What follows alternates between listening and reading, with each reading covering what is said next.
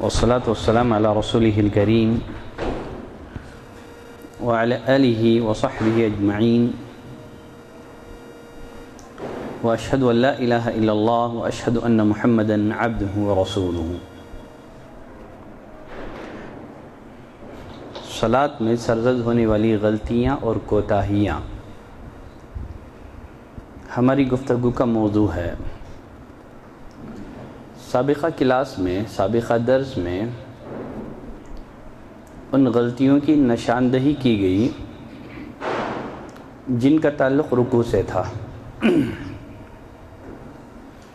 آج کے درس میں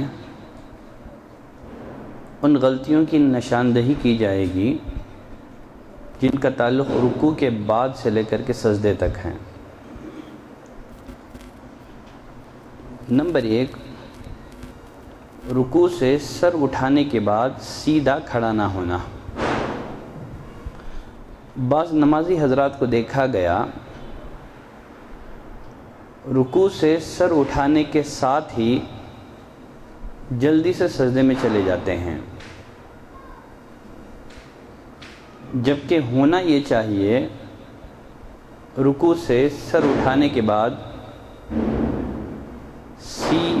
سیدھے کھڑے ہو کر آدمی اطمینان سے سجدے میں جانے کی تیاری کرے۔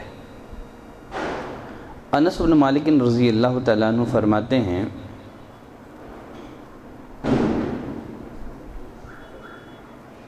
نبی کریم صلی اللہ علیہ وسلم جب رکوع سے سر اٹھاتے اب اتنی دیر قیام کرتے، ہم کہتے شاید آپ بھول گئے ہیں۔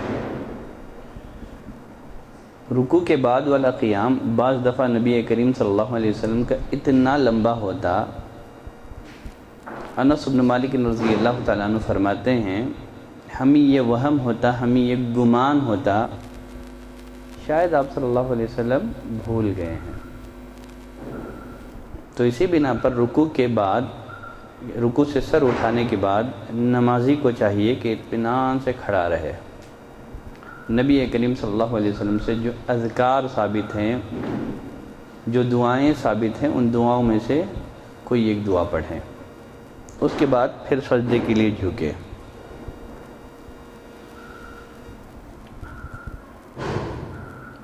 رکوع کے بعد سرزد ہونے والی غلطیوں میں سے ایک غلطی، بعض لوگ مکمل طریقے سے کھڑے ہونے کے بعد سمیع اللہ لمن حمیدہ کہتے ہیں۔ سمیع اللہ لمن حمیدہ جب آپ رکوع سے اٹھنا شروع کریں اسی وقت سے نمازی کو چاہیے کہ سمیع اللہ لمن حمیدہ کہنا شروع کر دیں، قیام کو پہنچ جائیں تو وہ سمیع اللہ لمن حمیدہ سے فارغ ہو چکا ہو۔ سمیع اللہ لمن حمیدہ یہ قیام کی دعا نہیں ہے، اور کچھ تو رکوع میں ہی سمیع اللہ لمن حمیدہ کہہ کے کھڑے ہو جاتے ہیں، کچھ لوگ کھڑے ہونے کے بعد مکمل طور پر سمیع اللہ لمن حمیدہ کہتے ہیں۔ یہ دونوں غلطیاں ہیں، دونوں افراط اور تفریط ہیں۔ اس میں درمیانی موقف یہ ہے کہ جب آدمی رکوع سے اٹھنا شروع کریں تو سمیع اللہ لمن حمیدہ کہیں، یہاں تک کہ جب وہ مکمل کھڑا ہو جائے تو اس کا سمیع اللہ لمن حمیدہ کمپلیٹ ہو چکا ہو۔ صحیح بخاری اور مسلم کی روایت ہے، ابو ہریرہ رضی اللہ تعالیٰ عنہ فرماتے ہیں کان رسول اللہ صلی اللہ علیہ وسلم اذا قام الى الصلاة یکبر، نبی کریم صلی اللہ علیہ وسلم جب نماز کے لیے کھڑے ہوتے تو آپ اللہ اکبر کہتے ہیں، ثم یکبر حین یرکع، پھر جب آپ رکوع فرماتے تو اللہ اکبر کہتے، ثم یقول سمیع اللہ لمن حمیدہ حین یرفع صلبہ من الرکوع، پھر نبی کریم صلی اللہ علیہ وسلم رکوع سے جب اپنی پیٹھ اٹھاتے تب آپ کیا کہتے تھے؟ سمیع اللہ لمن حمیدہ۔ کھڑے ہونے کے بعد سمیع اللہ لمن حمیدہ نہیں کہتے تھے، بلکہ جب آپ اپنے رکوع سے پیٹھ اٹھا رہے ہوتے اس وقت آپ سمیع اللہ لمن حمیدہ کہتے۔ تو معلوم ہوا کہ مکمل کھڑے ہونے کے بعد سمیع اللہ لمن حمیدہ ہمیں نہیں کہنا چاہیے، نہ رکوع میں سمیع اللہ لمن حمیدہ کہہ کر کے ہمیں اٹھنا چاہیے۔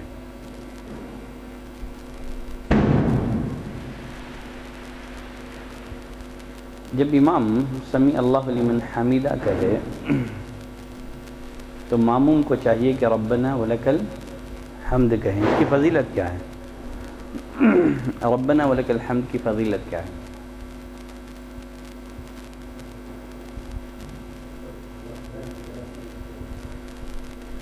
صرف ربنا ولک الحمد کی فضیلت پوچھ رہا ہوں میں. وہ جو ہے ربنا ولک الحمد حمدا کثیرا طیبا مبارکا فیہ، اس کی فضیلت آپ بتا رہے ہیں. صرف ربنا ولک الحمد کی فضیلت کیا ہے؟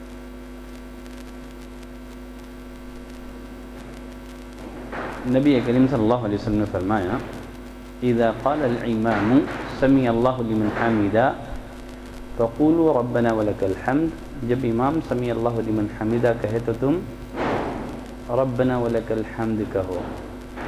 فضیلت کیا ہے؟ فائدہ کیا ہوگا؟ آمین کی فضیلت کیا ہے؟ آمین کی فضیلت کیا ہے؟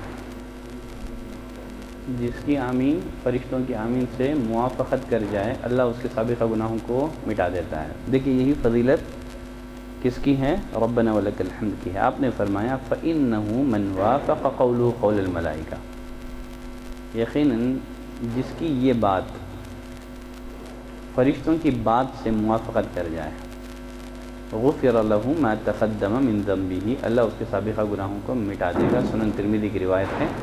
شیخ البانی رحمۃ اللہ علیہ نے اس روایت کو صحیح قرار دیا ہے.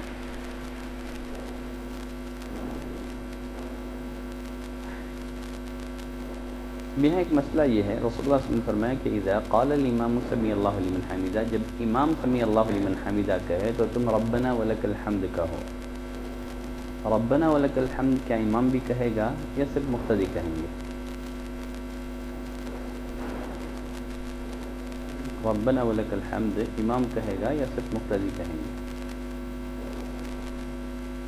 کیونکہ آپ نے فرمایا اذا قال الامام سمیع اللہ لمن حمدہ فقولوا ربنا ولک الحمد، امام بھی ربنا ولک الحمد کہے گا؟ کہے گا. جواب یہ ہے کہ امام بھی سمیع اللہ لمن حمدہ کہے گا. صحیح بخاری اور مسلم کی روایت ہے، ابو ہریرہ رضی اللہ تعالیٰ عنہ راوی ہیں. کان النبی صلی اللہ علیہ وسلم اذا قال سمیع اللہ لمن حمدہ قال اللہم ربنا ولک الحمد. نبی کریم صلی اللہ علیہ وسلم جب سمیع اللہ لمن حمدہ کہتے تو اللہم ربنا ولک الحمد کہا کرتے تھے. تو امام اور ماموم دونوں ربنا ولک الحمد کہیں گے. یہ جو سمیع اللہ لمن حمدہ ربنا ولک الحمد، اس کا حکم کیا ہے؟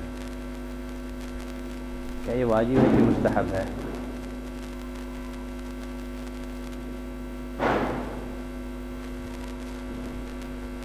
جمہور اہل علم کے نزدیک سمیع اللہ لمن حمدہ اور ربنا ولک الحمد کہنا یہ مستحب ہے. یہ کیا ہے؟ سنت ہے، مستحب ہے. لیکن حنابلہ کے نزدیک یہ واجب ہے. شیخ صالح عثیمین رحمۃ اللہ علیہ الشرح الممتع میں فرماتے ہیں سمیع اللہ لمن حمیدہ کے واجب ہونے کی سب سے پہلی دلیل یہ ہے کہ ان رسول صلی اللہ علیہ وسلم واظب علی ذالک، نبی کریم صلی اللہ علیہ وسلم نے اس پر مواظبت برتی. مواظبت کا مطلب اپنے پابندی کے ساتھ ہر نماز میں سمیع اللہ لمن حمیدہ کہا ہے. کبھی آپ نے سمیع اللہ لمن حمیدہ ترک نہیں کیا ہے. اور فرماتے ہیں انہ شعار الانتقال من الرکوع الی القیام، رکوع سے قیام کی طرف منتقل ہونے کی ایک علامت، ایک پہچان، ایک شعار یہ ہے. اور تیسری وجہ فرماتے ہیں نبی کریم صلی اللہ علیہ وسلم نے فرمایا اذا قال سمیع اللہ لمن حمدہ فقولوا ربنا ولک الحمد، جب امام سمیع اللہ لمن حمدہ کہے تو تم ربنا ولک الحمد کہو. تو زیادہ راجح حنابلہ کا موقف ہی لگتا ہے کہ سمیع اللہ لمن حمدہ کہنا یہ واجب ہے. اس کے واجب جاننے کا فائدہ کیا ہوا؟ آپ سنت ہے یا واجب ہے، اس کا فائدہ کیا ہے؟ آپ کو اس کو جان لینے کا فائدہ کیا ہے؟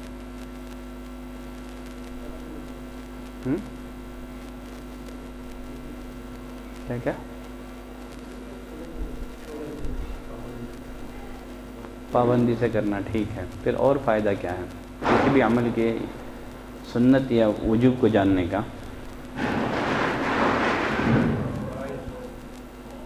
اگر کبھی سہون چھوٹ جائے تو کیا سجدہ سہو کیا جائے گا کہ نہیں کیا جائے گا؟ اسی بنا پر یہ سارے مسائل، حالانکہ اصل یہ ہے کہ جو بات نبی کریم صلی اللہ علیہ وسلم سے ثابت ہے وہاں ان سب گفتگو میں نہیں پڑھنا ہے ہم کو کہ یہ سنت ہے، واجب ہے، فرض ہے۔ رسول اللہ صلی اللہ علیہ وسلم فرمائے کہ صلو کما رأیتمونی اصلی، نماز ایسے پڑھو جیسے تم نے مجھے نماز پڑھتے ہوئے دیکھا ہے۔ یہ ضرورت وہاں پڑ جاتی ہے اس کا حکم جاننے کی۔ اگر کبھی سہون کبھی ہم سے چوک ہو جائے تو پھر سجدہ سہو کریں یا نہ کریں، اسی بنا پر ضرورت رہتی ہے۔ ورنہ کسی بھی عمل کے سنت ہونے کا یا مستحب ہونے کا ہرگز یہ مطلب نہیں ہے کہ آپ نبی کریم صلی اللہ علیہ وسلم کی ان سنتوں کو ترک کر دیں۔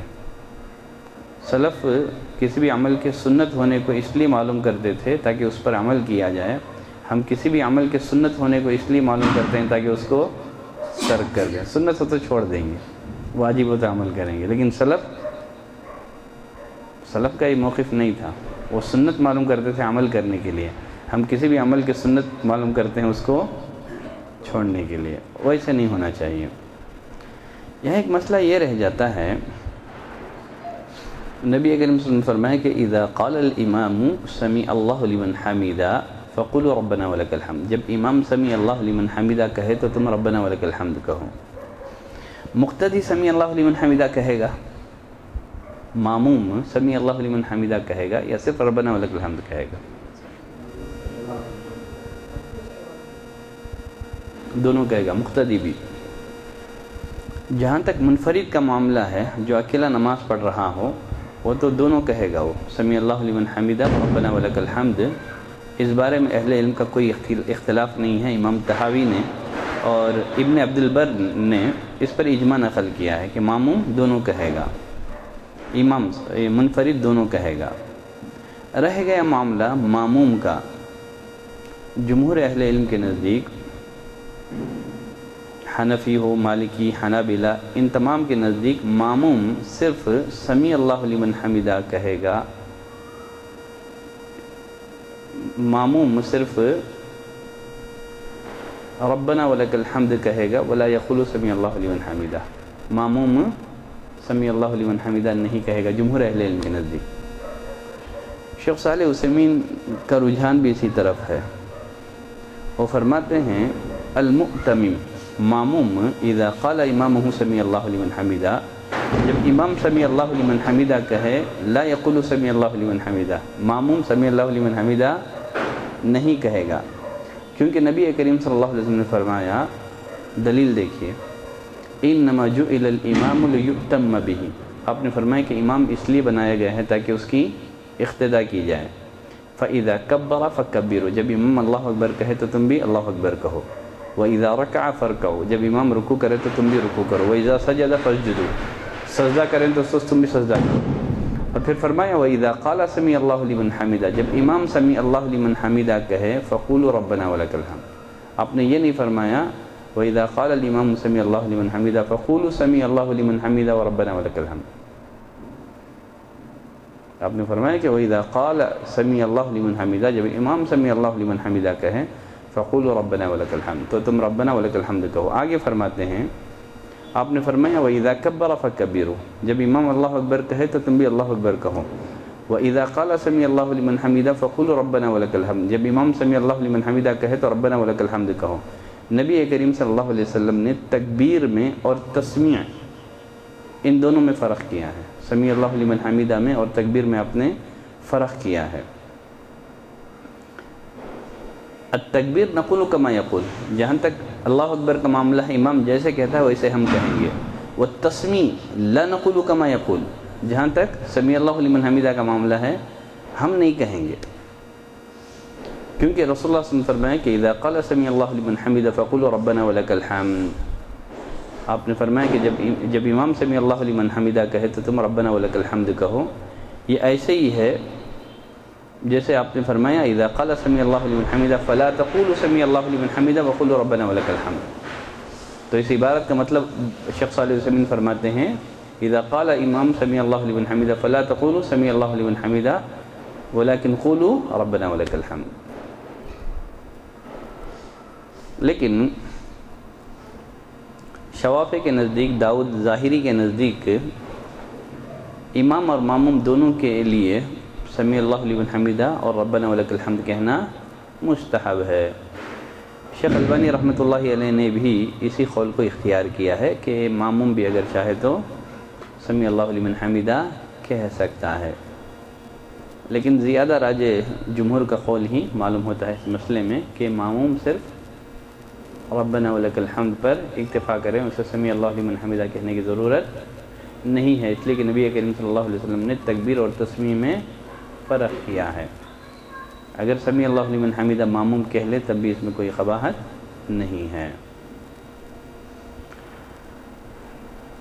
نماز میں سرزد ہونے والی غلطیوں میں ایک غلطی ہے رفع الیدین کو ترک کر دینا، رفع الیدین کو ترک کر دینا، رکوع سے اٹھتے ہوئے رفع الیدین کو چھوڑ دینا۔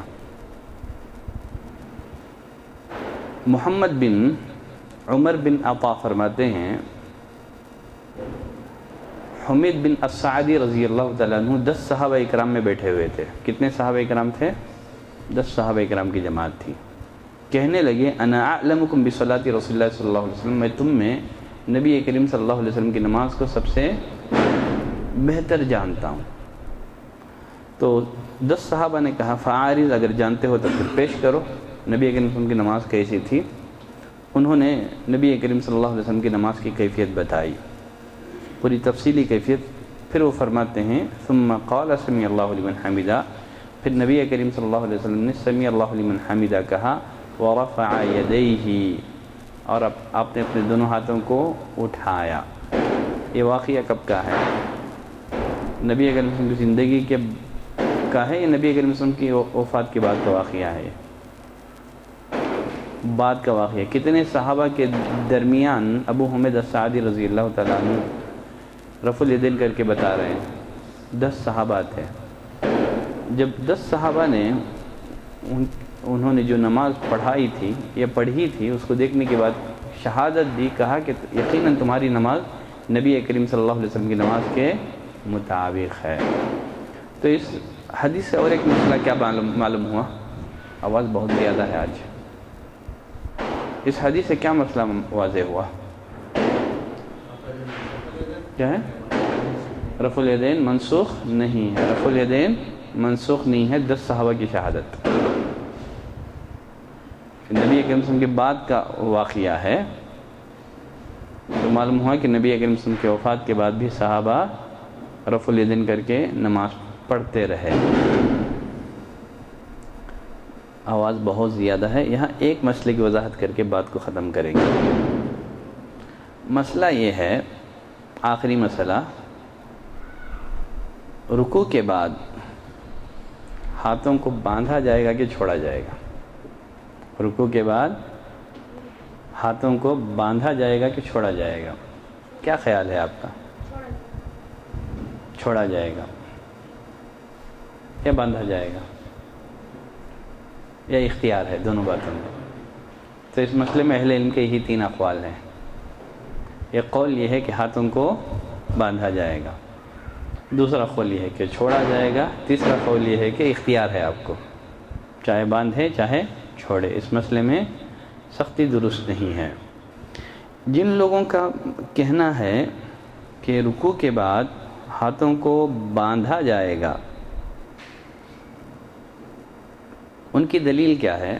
پہلی دلیل، سہل بن سعد الساعدی رضی اللہ تعالیٰ عنہ فرماتے ہیں کان الناس یؤمرون ان یضع الرجل ید الیمن علی ذراعہ الیسری فی الصلاۃ، لوگوں کو حکم دیا جاتا تھا کہ نماز میں اپنا دایاں ہاتھ بائیں ہاتھ پر رکھیں نماز میں۔ تو فرماتے ہیں کہ یہ نماز کا لفظ عام ہے، جو رکوع سے پہلے کے قیام کو بھی شامل ہے اور رکوع کے بعد کے قیام کو بھی شامل ہے۔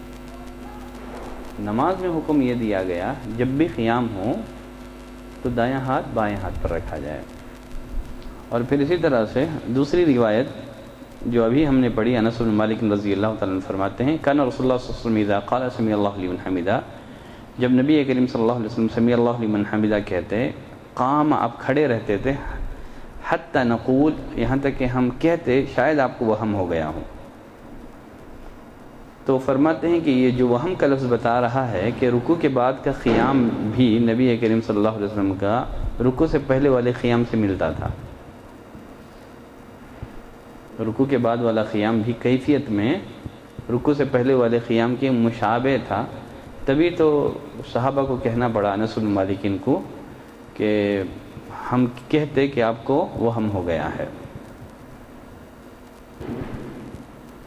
اور پھر فرماتے ہیں کہ لم یثبت عن النبی صلی اللہ علیہ وسلم فی حدیث، رسول اللہ صلی اللہ علیہ وسلم کسی بھی حدیث میں یہ بات ثابت نہیں ہے کہ آپ نے اپنے ہاتھوں کو چھوڑا ہو.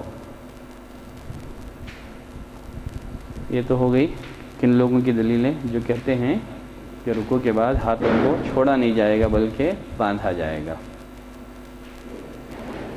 دوسرا قول یہ ہے کہ رکوع کے بعد والا جو قیام ہے اس میں ہاتھوں کو باندھا نہیں جائے گا بلکہ چھوڑا جائے گا. یہی موقف جمہور اہل علم کا ہے، چاہے احناف ہو، مالکیہ ہو، شافعیہ ہو.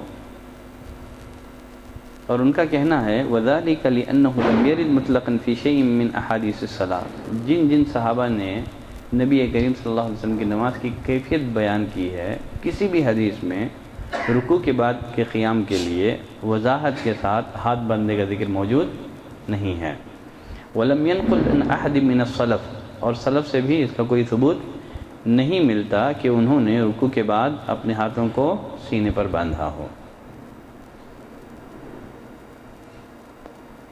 تو فرماتے ہیں کہ اصل ارسال ہے. اصل کیا ہے؟ ہاتھوں کو باندھنا نہیں ہے بلکہ چھوڑ دینا ہے. اس اصل کے خلاف کوئی صحیح حدیث نہیں ہے،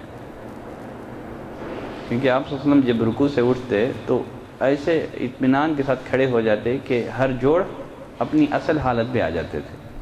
تو فرماتے ہیں کہ اصل یہ ہے کہ ارسال ہے، ہاتھوں کو چھوڑ دینا ہے.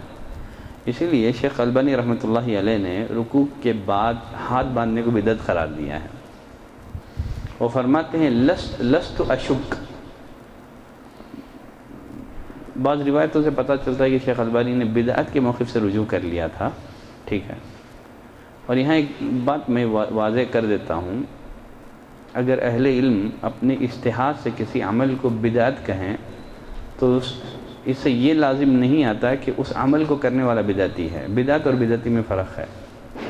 جس طرح عمل کفر اور کافر میں فرق ہوتا ہے، اسی طرح بدعت اور بدعتی میں فرق ہوتا ہے.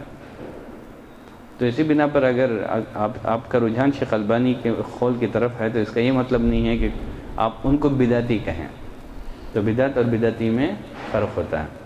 تو شیخ البانی رحمۃ اللہ علیہ فرماتے ہیں کہ وَلَسْتُ أَشُكُّ، مجھے اس میں کوئی شک نہیں ہے فی ان وضع الیدین علی الصدر فی هذا القیام، رکوع کے بعد والے قیام میں ہاتھوں کو باندھنا بدعت ہے، وہ بھی بدعت غلالہ، یہ ایسی بدعت ہے جو گمراہی ہے. فرماتے ہیں کہ لأنه لم يرد مطلقا فی شیء من احادیث الصلاۃ، اس لیے کہ نبی کریم صلی اللہ علیہ وسلم کی احادیث کی کیفیت، آپ صلی اللہ علیہ وسلم کی نماز کی کیفیت جن احادیث میں بیان ہوئی ہے کسی میں باندھنے کا تذکرہ موجود نہیں ہے. وَلَوْ كَانَ لَهُ أَصْلٌ، اگر اس کی کوئی اصل ہوتی تو ہم تک منقول ہوتی، گرچہ کسی ایک طریقے میں ہی، کسی ایک روایت میں اس بات کا ذکر ہوتا کہ آپ نے رکوع کے بعد اپنے ہاتھوں کو باندھ لیا ہے. اصل چھوڑنا ہے. اس اصل کے خلاف کم از کم کسی ایک روایت میں، اتنی ساری روایتیں جس میں نبی کریم صلی اللہ علیہ وسلم کے نماز کی کیفیت آئی ہے، کس میں بھی اس بات کی صراحت نہیں ہے. اور فرماتے ہیں یؤیدہ ان احد من السلف لم یفعلہ، اس کی تائید اس بات سے بھی ہوتی ہے کہ سلف میں اس پر عمل نہیں تھا. ولا ذکرہ احد من ائمۃ الحدیث فیما علم، اور ائمہ حدیث میں سے بھی کسی نے اس مسئلے کو ذکر نہیں کیا تھا. گرچہ یہی سوال امام احمد بن حنبل رحمۃ اللہ علیہ سے بھی پوچھا گیا تو امام احمد بن حنبل رحمۃ اللہ علیہ نے کہا کہ اس مسئلے میں کشادگی ہے. شاید یہ شیخ البانی رحمۃ اللہ علیہ کا یہ اس وقت کا قول ہے جب انہیں امام احمد بن حنبل کا قول نہ ملا ہو.